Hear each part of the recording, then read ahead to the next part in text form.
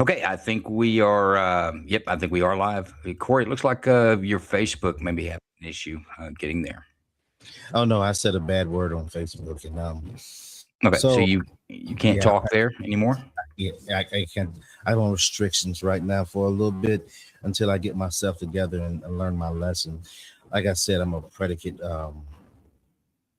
felon on on Practically a Facebook. felon on Facebook. Is that what you're saying?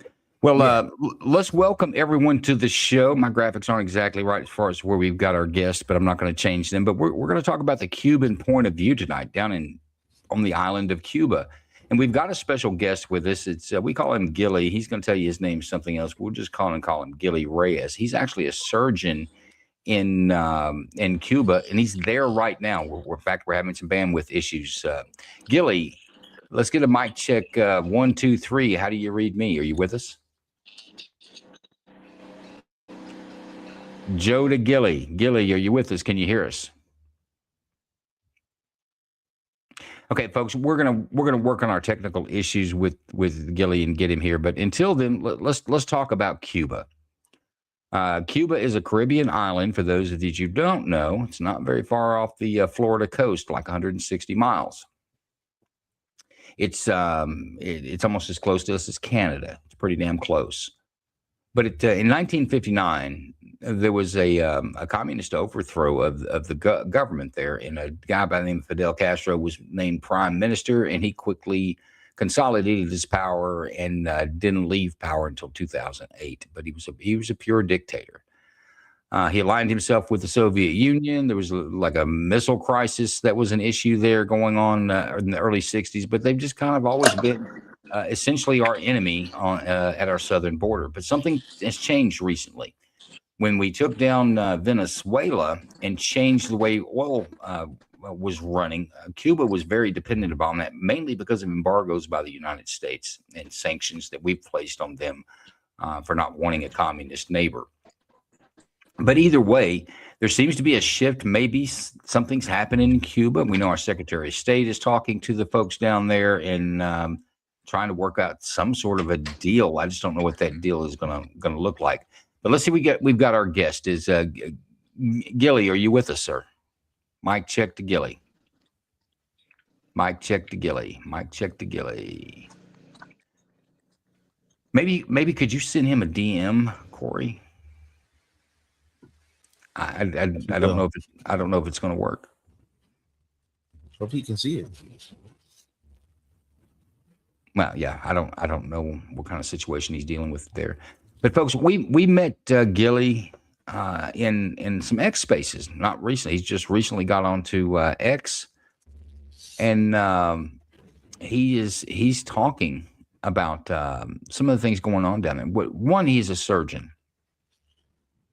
And the first time that we met him was shortly after that Code Pink had gone down and had a party in Cuba, in Havana.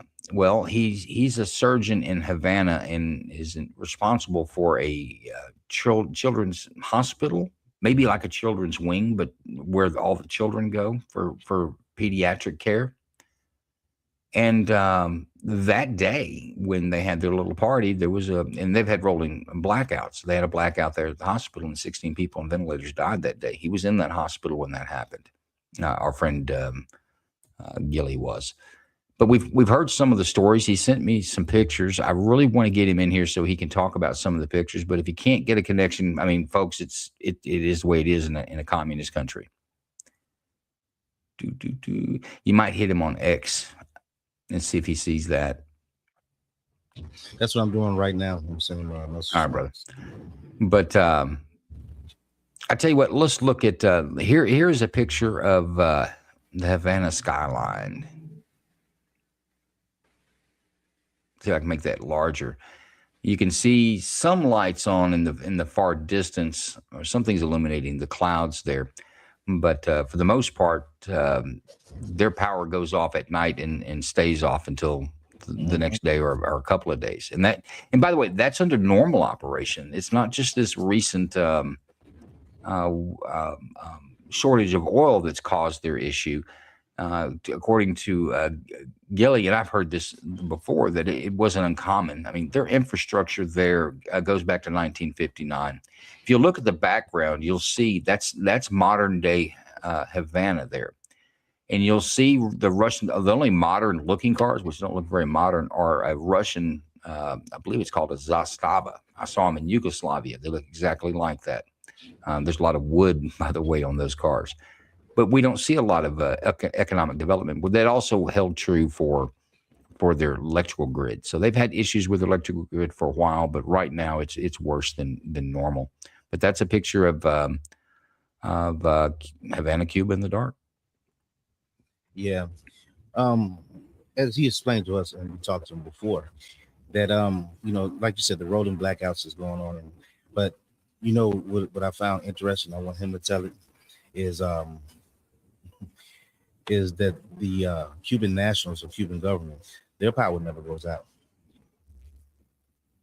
They have generators and they have fuel. Do you know what else that Cuban power is not looking? Here's now. How do you think in Cuba, if you were in Cuba and ordered a banana, how fresh do you think that'd be? I don't know. It's in the Caribbean, right? They grow bananas down there. Yeah. Right. You would think it'd be very, and then I know plantains. It'd be like going to. He probably thought. He's not even in the studio now. I don't know if he's lost connection completely. So we can talk about it, or we can just sit in silence. What's up to you? I actually gave him the call-in number, the 708 number right there, and I told him to call in on that number, and we'll see. Bro, do you know what that's going to cost him? He can't call in from that.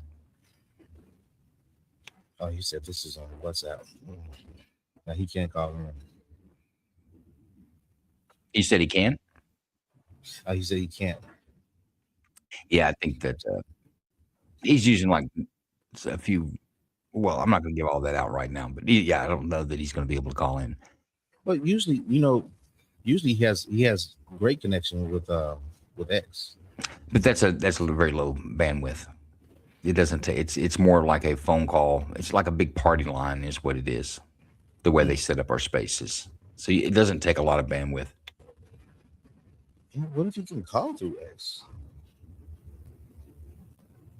You know what?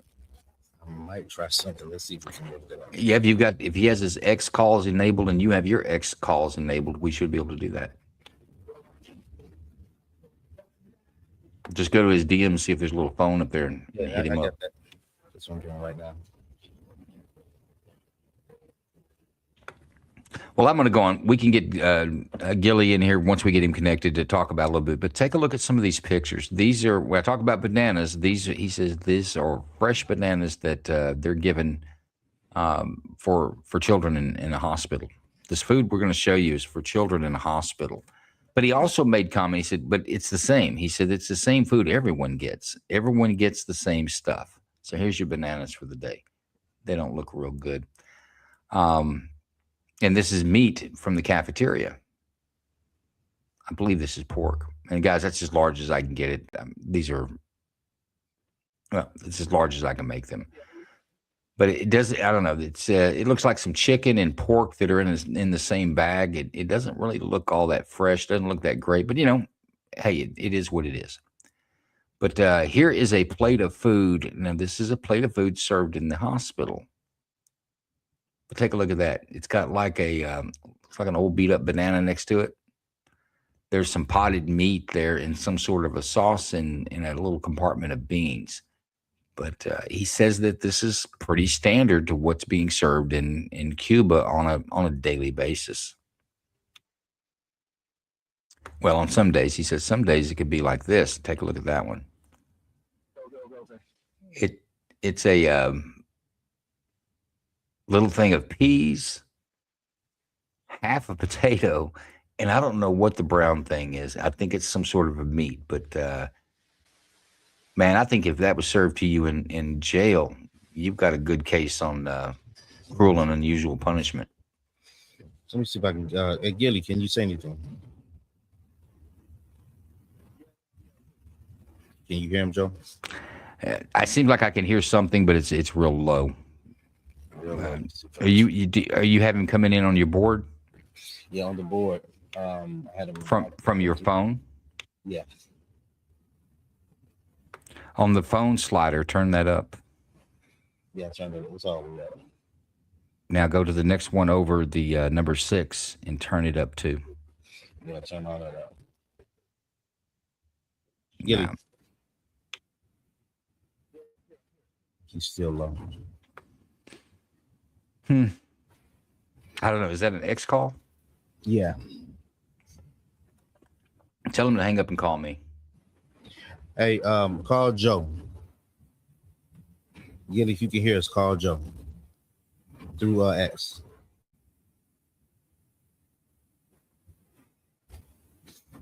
All right, well, going back to that picture.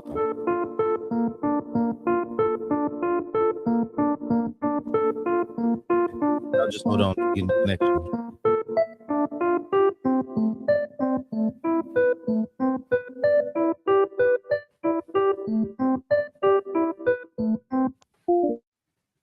He's not answering my call.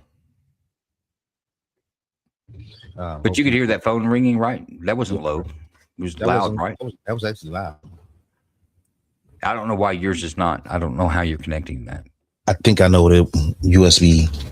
Okay. I'm going to try it again.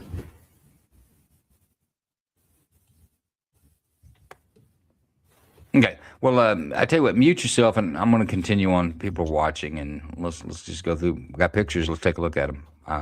I've got some explanation for some of these. Okay, this is the Cuban hospital. This is the hospital where our friend works, and but look how sparse it is. Look at the monitor there. This looks like a hospital, really about 1993, maybe 1990, with just the computer and the computer monitor. But it's very sparse. This is national health care, by the way. I've heard liberals talk recently about how wonderful it was that or that Cuba had a wonderful healthcare system that everyone could get healthcare without being charged. I'd break out a checkbook if I could say differently than that. But take a look at this picture, and I don't know the story on this young man. I'm hoping Gilly can get in here and tell us. But here's the story of this poor kid. This is obviously some post-op. You can see sutures in his stomach, but he's almost he looks almost dead. Hey, Joe, Gilly, go ahead and say something.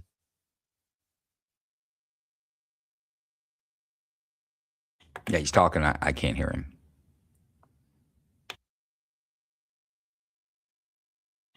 Is your phone connected to the board?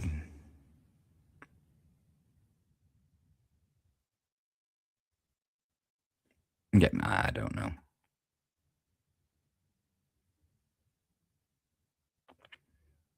All right, here's the same hospital again. This is a short video of a hospital in the dark.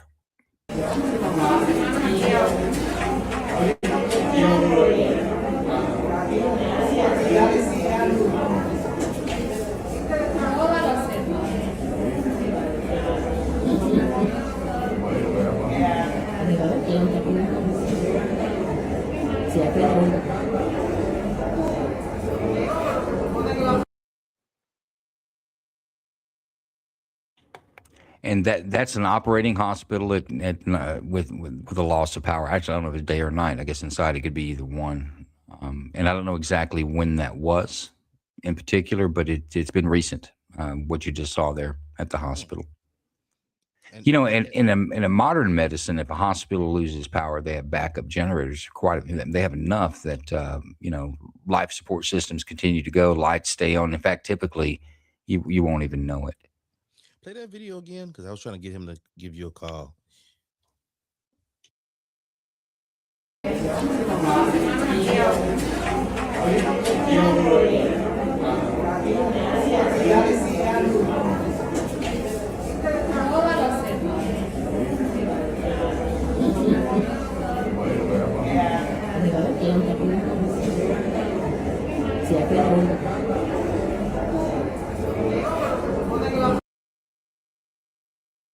Wow. So basically, they have to work in the dark.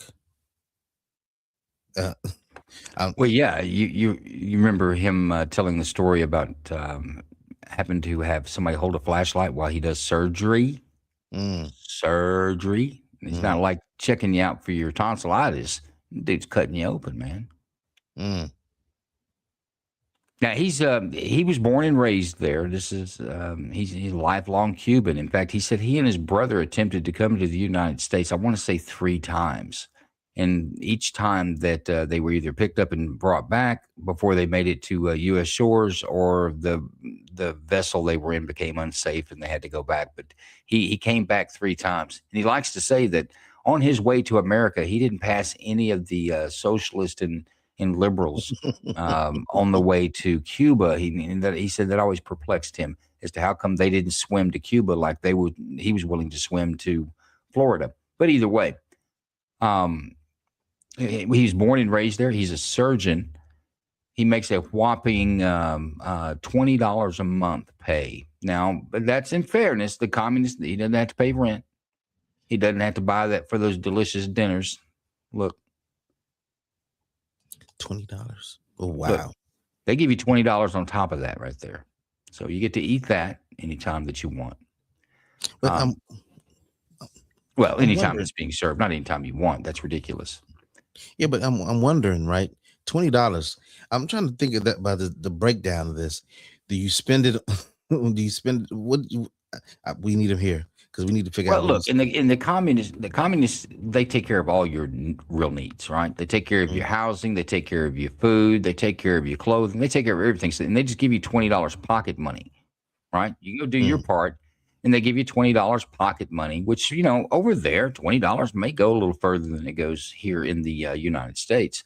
But either way, that's where the communists look at it. They're just giving you pocket money. Did you check your ex? Oh, he's back on the live stream. Yeah, Mike check Gilly 1 2 3. How do you read me? I can hear you. I can hear you now. Okay. I tell you what, I'm not sure where to start, but can you see the screen? I'm going to assume you can. No. It's rubber banding. It's rubber banding. I'm I trying to call you on Twitter, Joe. You can hear me? Yeah, I've tried to call you on Twitter. My phone's not ringing. If you're calling me on Twitter, it's not ringing. I tell you what, guys, why don't we look? Why don't we do this? Why don't we kill this and jump into space so we can have a conversation? At least they can hear him instead of me telling him what he told me. Well, why don't you broadcast the space? Because you can share the screen and broadcast the space. I don't see the reason why. Well, I'm saying if we got a live one, we're trying to talk to the people, to a bigger audience. That's all I'm thinking. But we could talk about it offline if you want to go ahead and just start a space. Yeah, dude, I don't know at this point. What do you want to do? No. I tell you what. Let's end the stream. Mm-hmm. Okay. And you guys on X anyway, or whoever, come on X, catch us there. We'll get Gilly in a space and we'll go over this stuff again. All right. Sorry for the technical trouble, but you'll have that even in the great country of the United States. Hey, we're going to go out with the grand jury. If you don't watch the grand jury or you haven't watched the grand jury, catch us on Friday nights where I'm always looking for volunteers. I think I have some spots open for this week if you'd like. But be a grand jury member on our live stream on Fridays, and you make the choice whether the force is reasonable or not.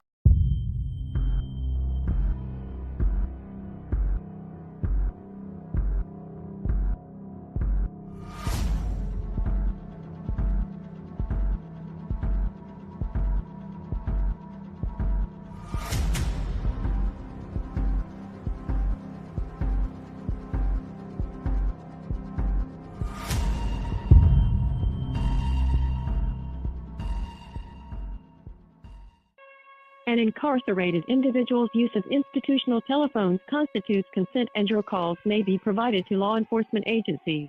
Thank you for using Securus. You may start the conversation now.